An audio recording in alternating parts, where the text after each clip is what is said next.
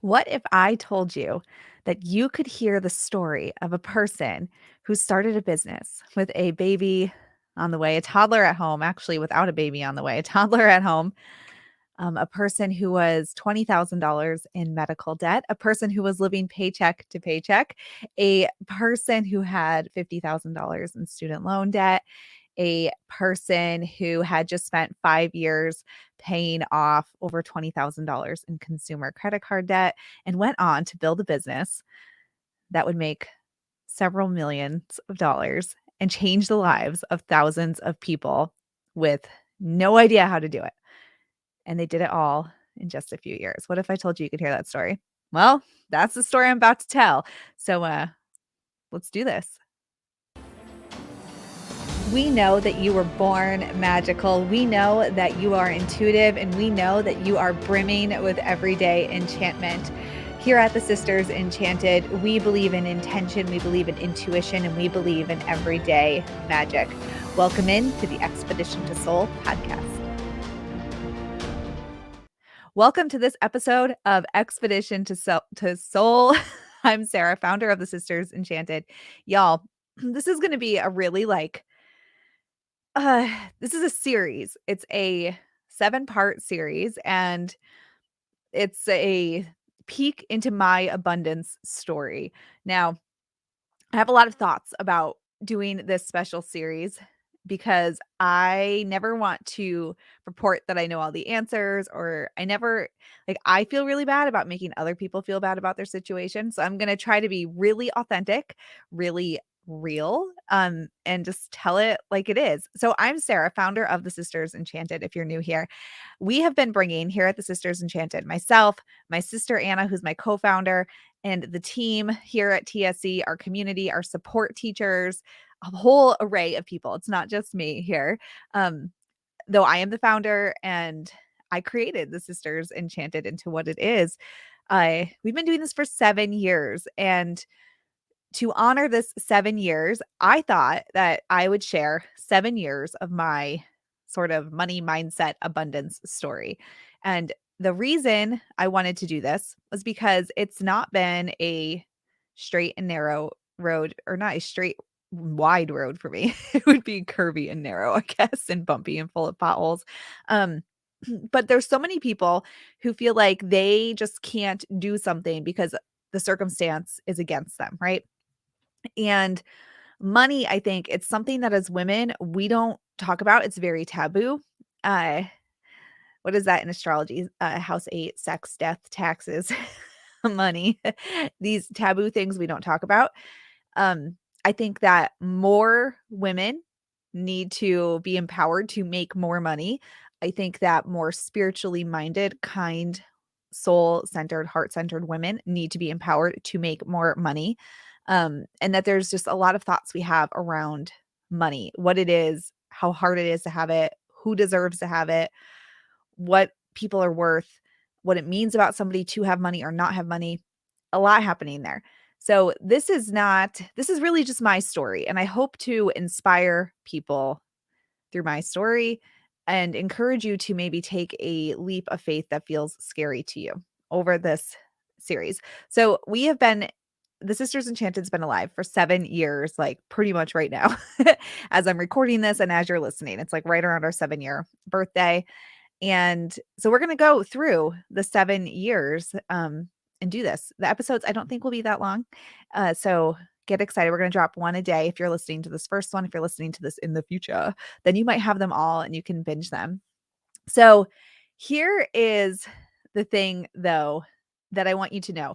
I'm actually going to go back. This episode may be a little longer. So I'm going to go back in time a bit here and let you know that a little bit about just my upbringing and, what I think about how this impacted me, right?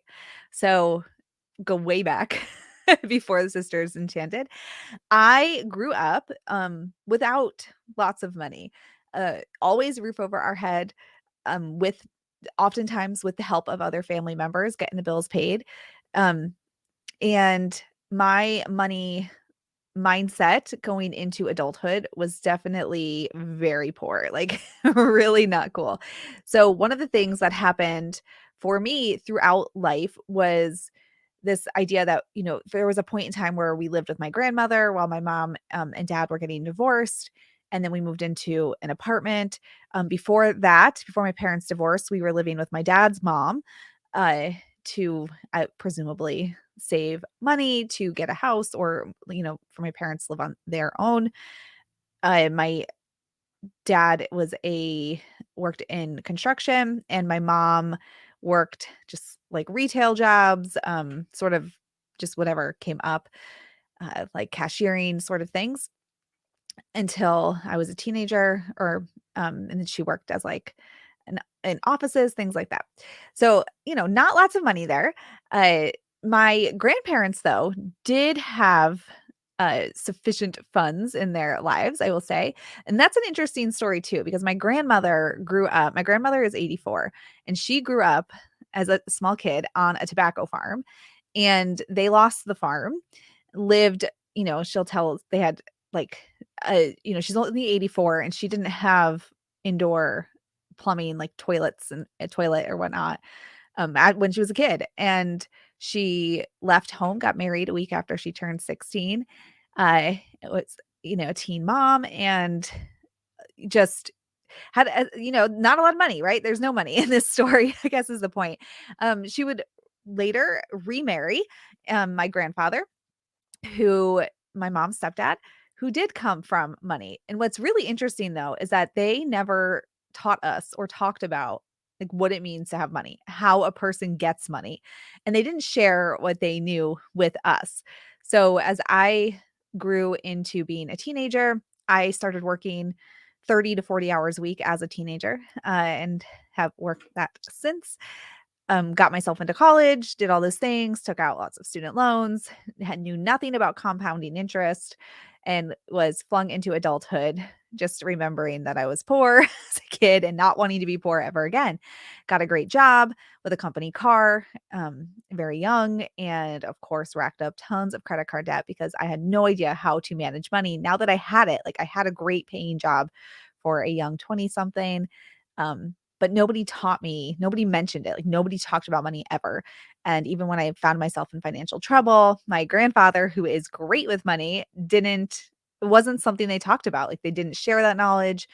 I don't think my grandmother understood, about it to share either. So I think the takeaway here, and there was a lot of arguing when I was a kid too about money, like who would pay for what. My parents did not get along after their divorce. And so there was a lot of financial arguing, like anytime there was communication. So at least that's what I remember. That's how I remember it. Lots of financial arguing. So this brings me into adulthood, right? Where I had to learn a lot of lessons about credit card debt, student loan compounding interest that I wish someone had told me before I took out all these student loans. I have a master's degree, so lots of student loans happening. And I roll into marriage with credit card debt, student loan debt, and uh, working for a small business. So my husband was self-employed when we got married. He had been working. He was laid off right before we got married, a couple months before, and then he went into self-employment. I was working for a very small business, so we didn't have health insurance at the time. Health insurance private didn't cover things like pregnancy and maternity, which would then throw us in a couple of years into lots of medical debt. So anyway, I hope that's like a very quick about me. There is no funding here, right? So the stories I'm going to tell you with the Sisters Enchanted and my learning lessons about abundance along the way, it's a bootstrapped business. I used what little money I had and what time I had to make it happen. There is no secret sauce. My husband's not a tech guy. He was in contracting, general contracting, and watching him even write an email today is a painful experience. He's that not techie. And so I want to be just really transparent about how I came into this. I had worked in business, but then I went to school to be a teacher. So I have my master's in education to teach English, and ended up working with kids with learning differences in a small business, and then eventually opening that business, which is a whole other story.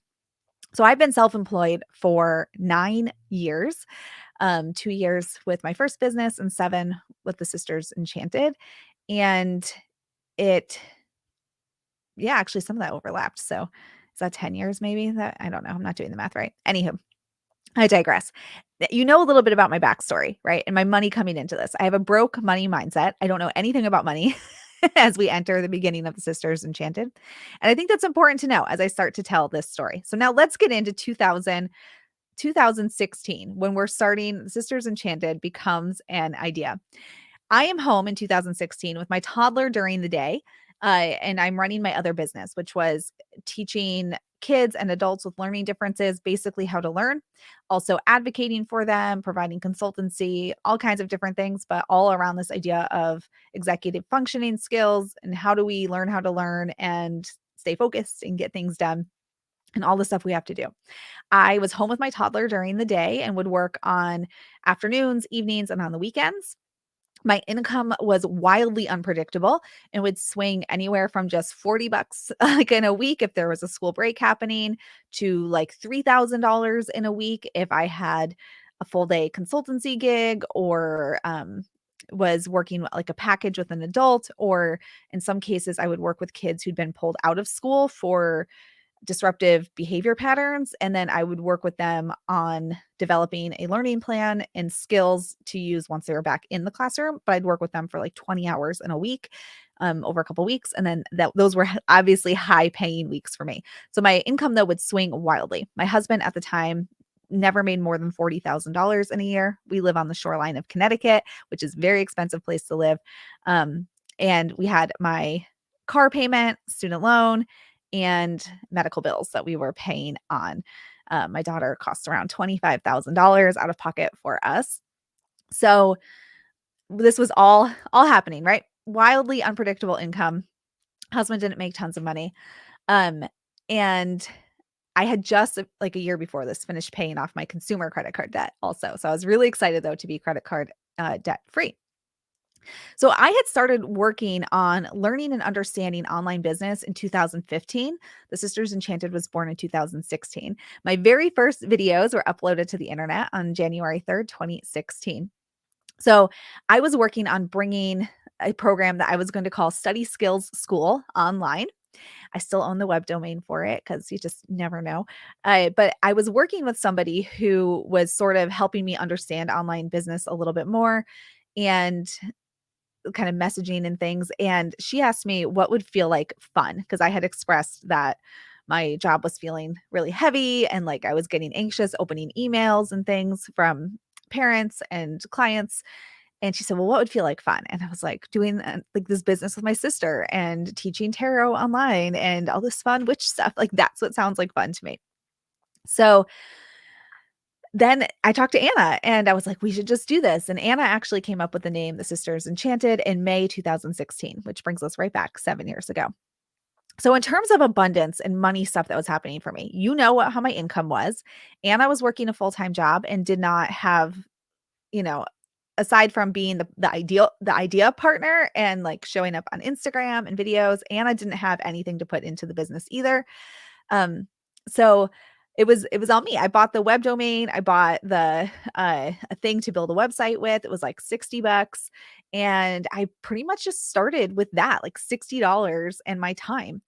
And later that year, I would sign up for something that was $50 a month for a year. And it made me so sick to my stomach because I was like, I don't think I can afford $50 a month. But I will tell you that if I didn't spend that $50 a month, I wouldn't be sitting here right now because it helped me just understand like what I was doing and also kept me motivated because I was spending money on something that I really couldn't afford. I mean, that $50 a month for me in 2016 was a very big deal.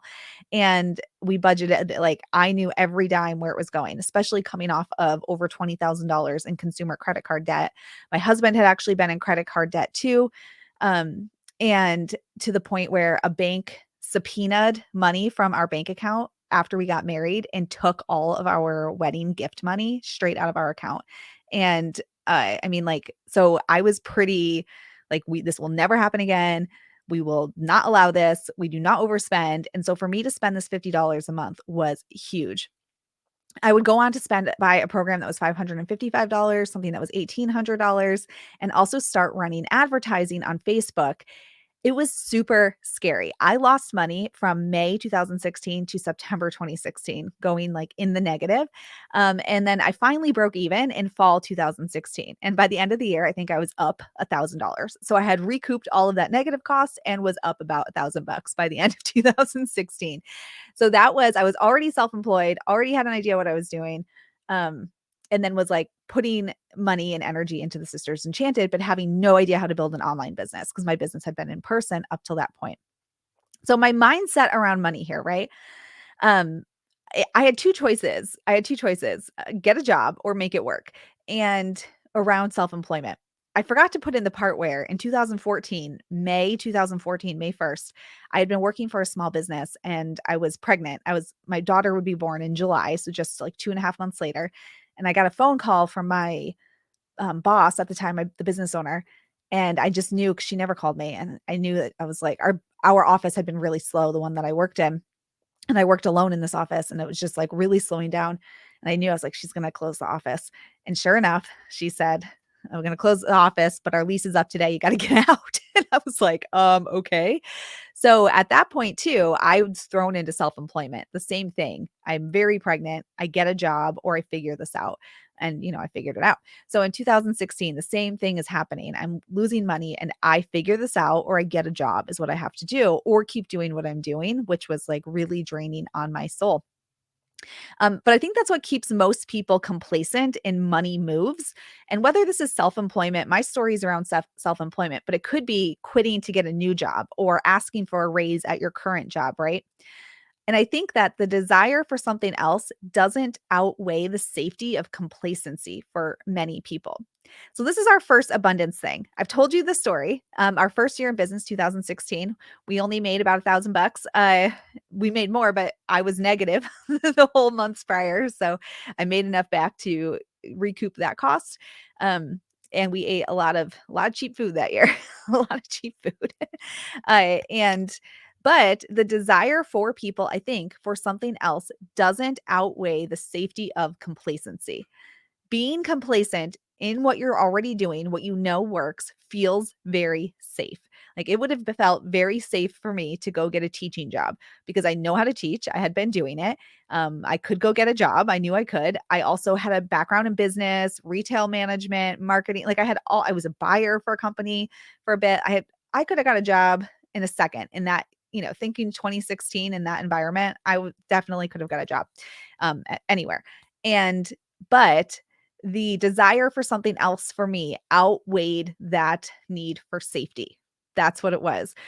Spending that money that felt very unsafe and literally gave me anxiousness, made me want to throw up. I didn't want to tell my husband. We don't share finances. It's another piece of my story. So I didn't have to tell him, but I was like, what if he hears about this?